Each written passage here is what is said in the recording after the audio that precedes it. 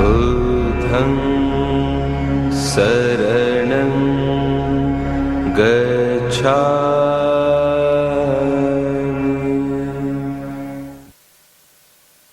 Welcome to West Virginia Meditation Society's meditation hall. This is where we meditate every day. Bhavana residents and visitors during retreats and out of retreats. I like to speak on meditation itself, especially the basic fundamental meditation principles and practical instructions I like to give. Meditation is a very vast subject. It is a core practice, the heart of the Buddha's teaching. It is through the practice of meditation that we cleanse our mind, purify our mind of all kind of psychic irritants. We want to overcome grief, sorrow, lamentation, pain, grief and despair.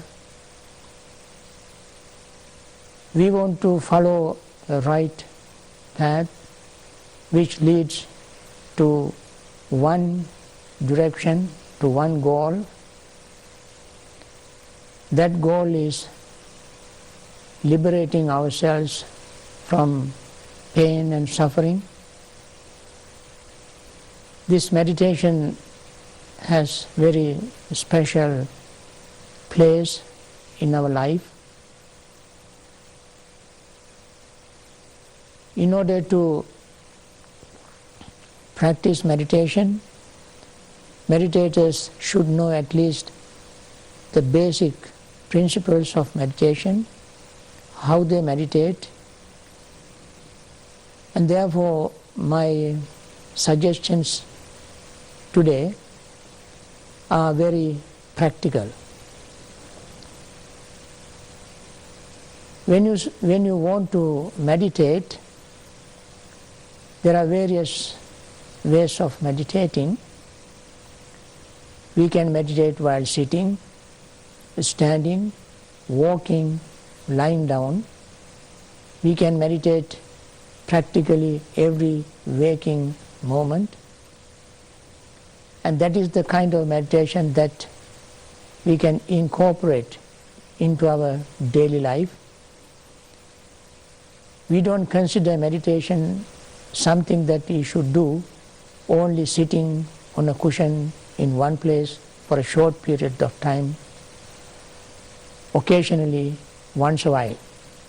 Meditation is something that we must practice every day, just like we breathe, eat and rest, drink and so forth.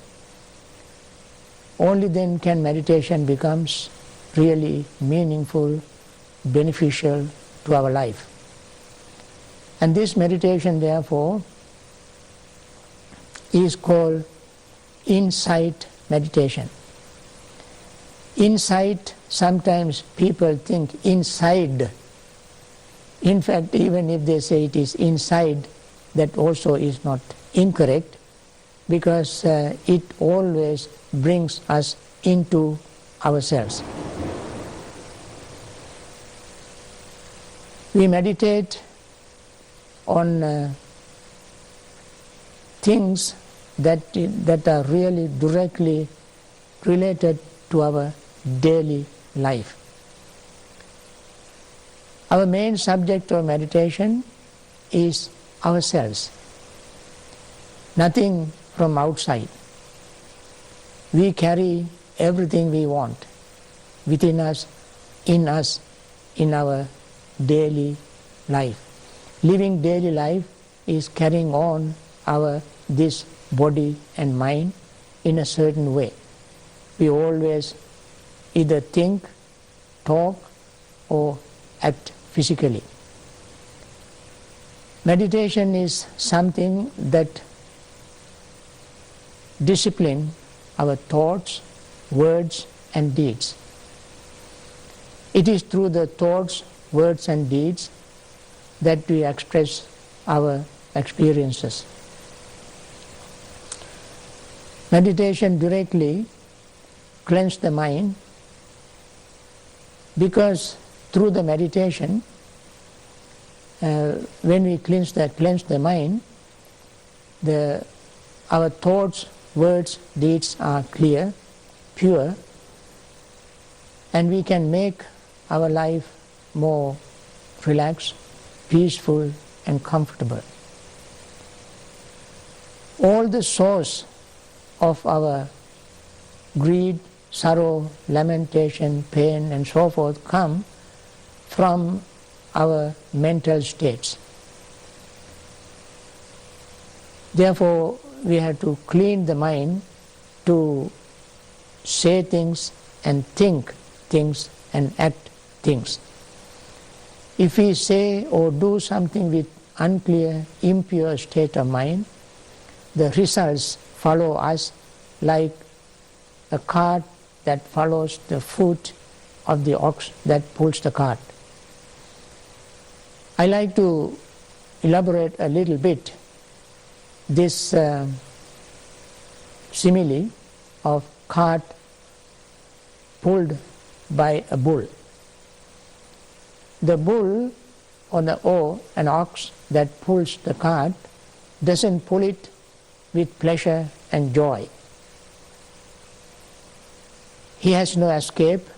Once he is tied to the yoke or the cart, he has to pull it. He is trapped. His master sitting on the cart is not a very compassionate person. He is very cruel. He wants to get his job done as quickly as possible. And the cart that this ox pulls is not an empty cart. It is full of merchandise. It is heavy. The road that he pulls the cart is also not a very smooth, paved, carpeted road. It is a rugged road, not very straight. It is winding, not only going directly. It has ups and downs, potholes, and so forth. That is the road he has to pull this cart. And he doesn't do it with pleasure and joy. It is very heavy. Similarly, our life becomes very heavy, and the road we have to travel is not very smooth. Especially when the mind is full of numerous psychic irritants, everything that we do makes life very difficult. On the other hand, when the mind is clear, pure, simple, free from numerous psychic irritants, the mind is very light.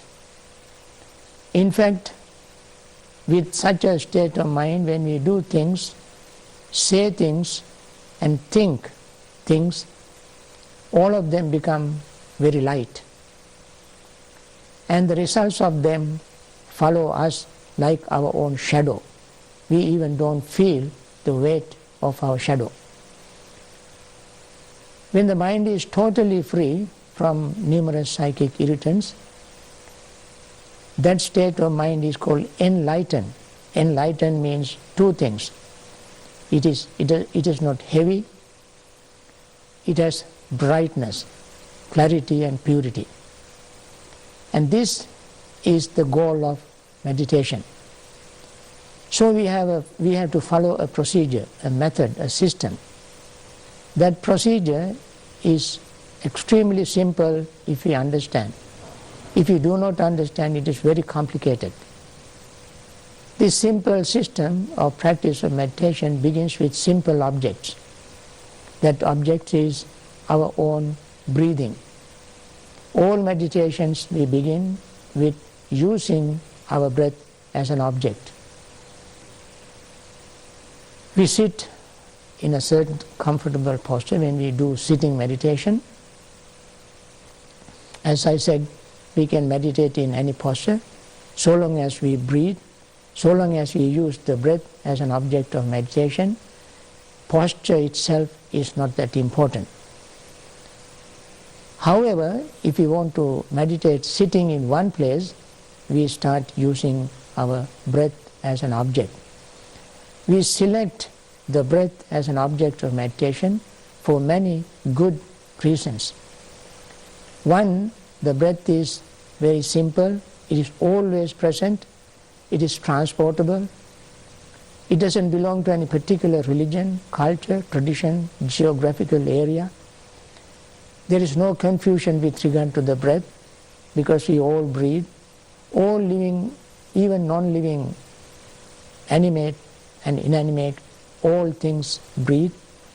The whole universe has one rhythm, expanding and contracting. The breath represents that rhythm. As we breathe in and out, we experience expansion and contraction of our lungs, of our chest, of our body. This is universal phenomenon, and therefore we start our meditation with this universal phenomenon as an object and focus the mind on the breathing. And also, breath is always present. In our meditation of what we call insight meditation, we use the breath because we want to use an object which is always present. We want to focus our mind on the present object, not on the object that is past or that is going to come in future. And when we focus our mind on the breathing, we don't focus the past breath or future breath, but the breath that we breathe in and out every moment. When we focus the mind on the breath that goes in and out, we simply become aware of that breathing process. Breath goes in and comes out.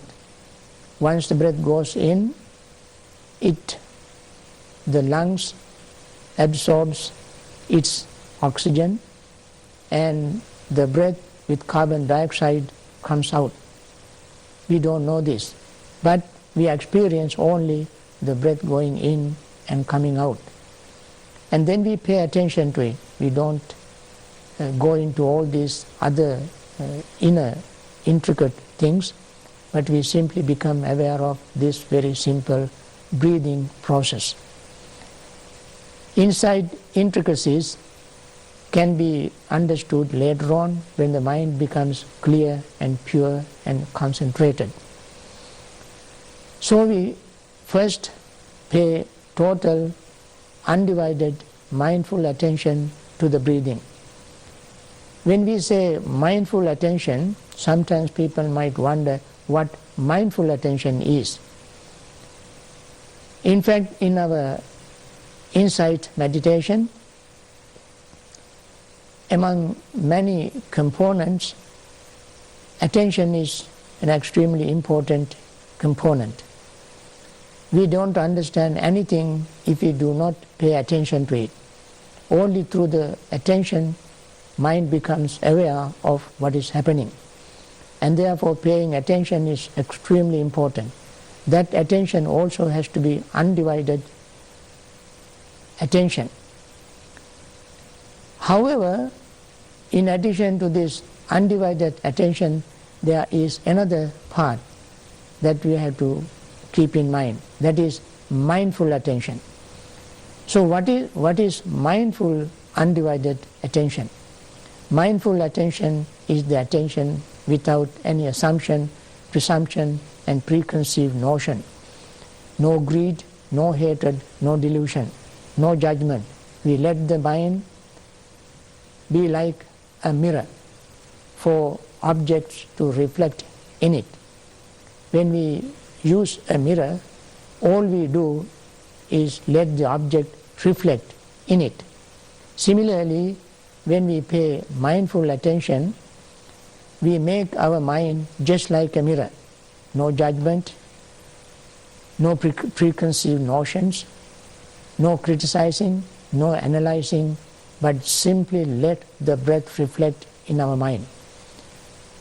Breath cannot reflect in our mind because you cannot see the breath, nor can you analyze it, the breath. All you can do is to feel the breath. The mind feels the breath. Mind feels the breath going in and coming out. And then we keep paying attention to this simple breath going in and out. Then what happens? When we breathe in, when the lungs are full, our inhaling cuts off. So we become mindful of that. And then after that, there will be a very brief, extremely brief pause. Then exhaling begins. We become aware of the beginning of exhaling. And then we become aware of the breath coming out through the nostrils. And still again we keep paying total attention to that feeling, that of breath coming out of our lungs through the nostrils.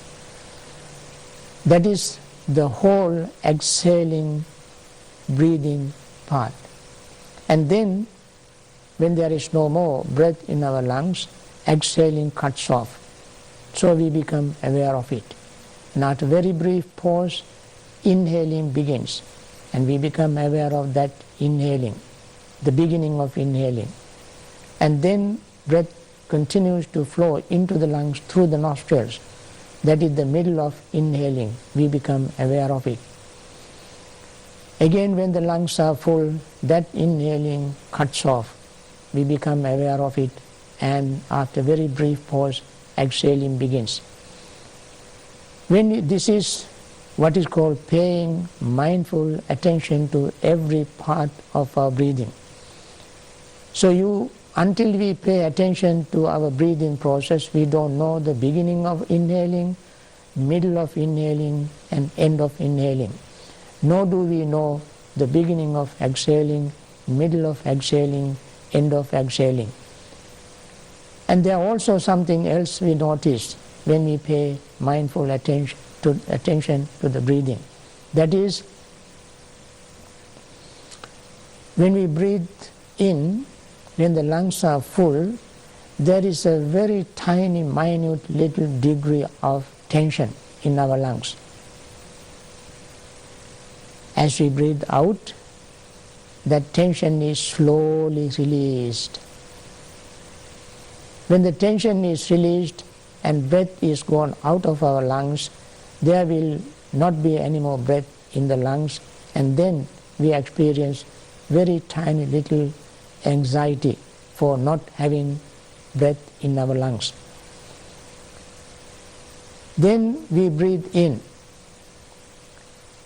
As we breathe in, that anxiety of not having breath in lungs slowly fades away.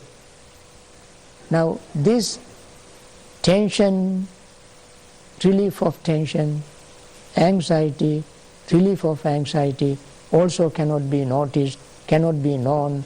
We don't become aware of it until we pay attention to it. So as we pay attention to the breathing, we become fully aware of the total breathing process, not only inhaling, exhaling, but the beginning, middle, and end of inhaling and exhaling, and the tension, relief of tension, anxiety, relief of anxiety.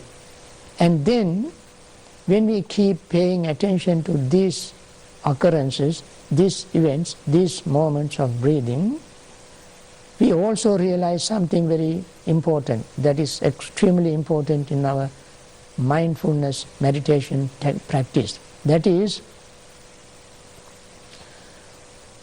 when the lungs are full, tension arises, there is no way to stop that tension. It arises as soon as the lungs are full. And the feeling of tension also arises by itself. There is no way to stop it. That is not comfortable. When the tension is released, we feel, we experience something very beautiful, comfortable, and we like it. We want to hold on to it.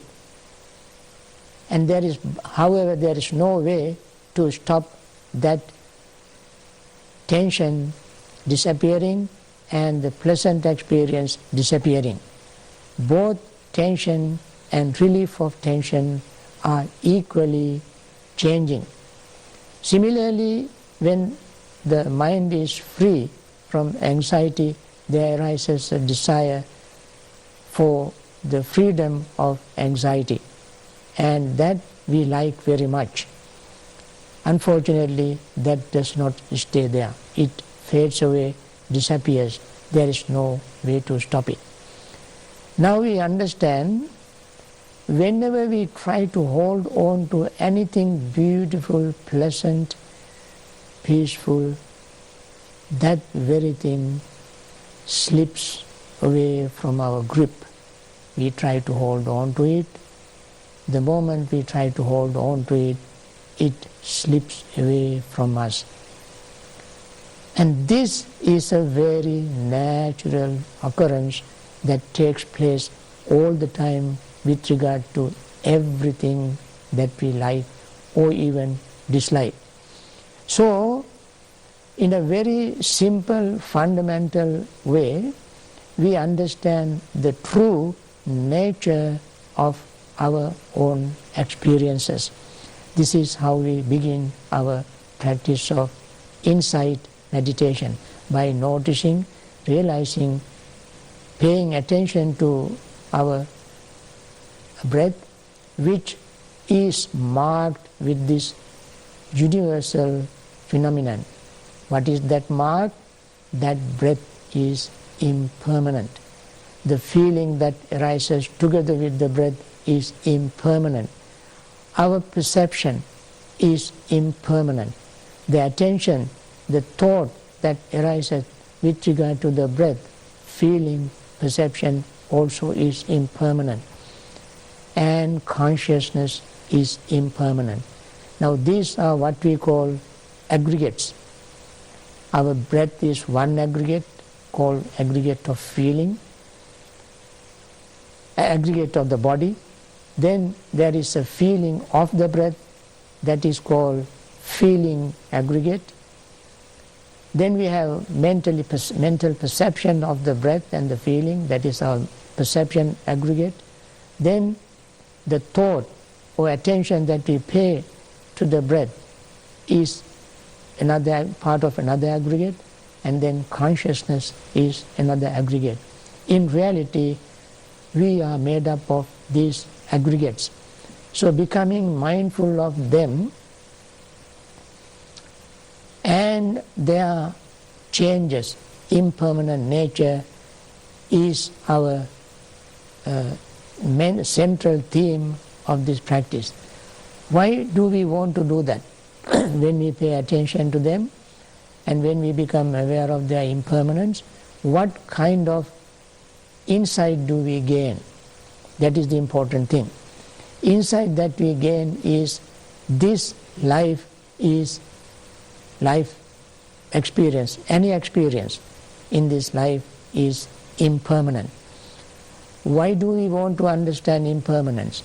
Because impermanence is so fundamental, so universal, it exists forever. In other words, everything is marked with impermanent. impermanence is permanently impermanent. If somebody asks you what is permanent, permanent is impermanence. Things are permanently impermanent. And once we understand that, we don't get upset when we grow old, when things change, when our pleasure disappears, when pain arises, when we are sick, when our relationships breaks up, and so forth. Whenever changes take place, small or great, we don't get upset, we won't be disappointed, we rather accept it, understand it, take it and go along with it. No matter how hard we try to fight impermanence, you cannot make impermanent permanent. And that's one thing we understand. Whenever we cannot fight something, we join it. If you cannot fight, join. Joining that you cannot fight makes things very easy, especially when things are slipping away from our attempt of gripping, holding on to. When it is fading away, disappearing, then we accept it, we go along with it, and we relax, we feel comfortable. We actually feel very glad that we understood this reality. Once we understand the reality, that is the way to relief of tension, anxiety, worry, fear, and so forth. So all the psychic irritants builds up because of our not understanding of this reality. So the theme of the goal of this meditation is to open our mind to understand things exactly as they are. Things here means our body, feeling, perception, thought and consciousness. We must understand them as they are. Only then can we make our life peaceful and happy and reach our goal of liberating ourselves from pain and suffering. For that goal, to achieve that goal, we practice vipassana meditation. I hope you all enjoy this. I hope you enjoy this practice in a very real sense of enjoyment, that is gaining peace and comfort.